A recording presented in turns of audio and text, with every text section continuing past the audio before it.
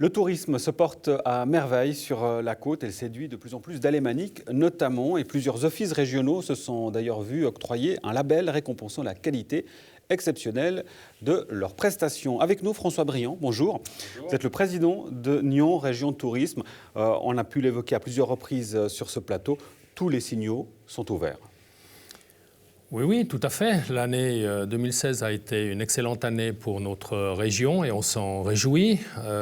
Malgré une conjoncture qui n'est pas revenue encore au beau fixe, on connaît l'environnement macroéconomique qui nous entoure, le franc fort et différents problèmes qui sont autant de freins à un développement touristique. Mais malgré cela, je crois qu'on peut se réjouir effectivement que la région lémanique, au-delà de l'ensemble du canton de Vaud, qui a fait une excellente année, et je crois même pouvoir dire que c'est historique, mais le canton de Vaud a été la région de Suisse, parmi les 14 régions touristiques recensées de notre pays, qui a le plus évolué en termes de nombre de nuitées. C'était jamais vu, et je crois qu'enfin, le canton et ses différentes régions, que ce soit la Riviera, la côte chez nous, ont des atouts à faire valoir, et effectivement, en mettant l'accent sur une clientèle suisse-alémanique, dans des marchés de proximité, donc, français, suisse-alémanique, on a pu faire découvrir l'extrême richesse et diversité de notre offre touristique, notamment en matière de loisirs. Alors, avant de venir sur les facteurs du succès, vous parliez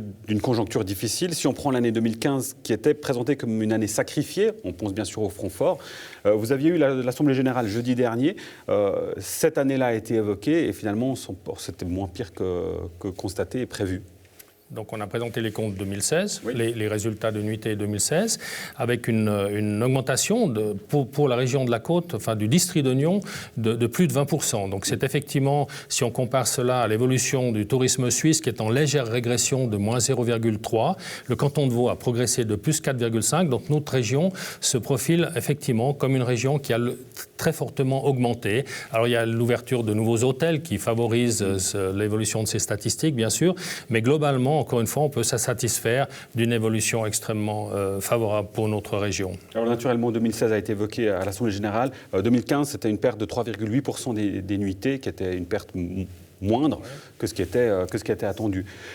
Les causes, les raisons de ce succès, vous l'évoquez notamment vous l'expliquez par une corrélation très forte entre les campagnes qui ont été menées et les résultats, évidemment. On nous rappelle ces campagnes, sur quels aspects ils ont été orientés? Plusieurs choses. Je crois qu'il faut tout d'abord rester relativement humble. Le rôle d'un office du tourisme, c'est de promouvoir une région, de donner l'information touristique aux autres qui viennent nous visiter.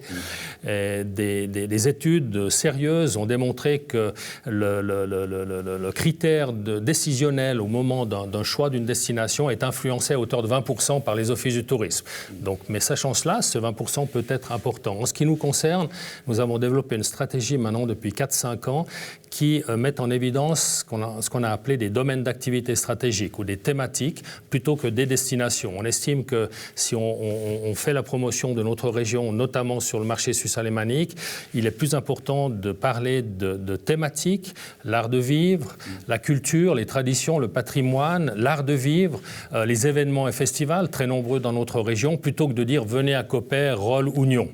Ça parle plus et je crois que le tourisme maintenant suit cette tendance, à savoir qu'on recherche des expériences, on recherche de vivre des moments uniques et des activités que l'on peut peut-être pas faire ailleurs. Et pour cela, notre territoire est extrêmement privilégié, un environnement naturel privilégié, des activités aussi en matière de culture qui font que cette approche stratégique semble porter ses fruits. Elle est d'ailleurs reprise par l'ensemble du canton de Vaud. Nous l'avions initiée, on est assez fiers de cela, en 2011, dans la région de Nyon. Cette stratégie a été reprise au niveau du canton de Vaud et porte ses fruits également. On le voit, effectivement. On profite de votre présence, François Briand, pour évoquer les comptes de la commune de Prangin. Vous en êtes le syndic. Des comptes excédentaires à hauteur de 887 000 francs, avec un autofinancement à hauteur de 1,6 million. Là aussi, tout va bien. Oui, c'est une bonne année. Cela dit, les comptes d'une commune sont quelquefois un exercice difficile de par les incertitudes qui planent encore, à la fois en termes de recettes aussi bien en termes de charges, avec des éléments qui ne sont pas toujours contrôlables. Mais globalement, on peut se satisfaire d'un résultat excédentaire qui est toujours plus facile à présenter devant son conseil. Et c'est la présentation des comptes qui est un moment de vérité devant le conseil communal chaque année, et sont présentés en même temps que le rapport de gestion.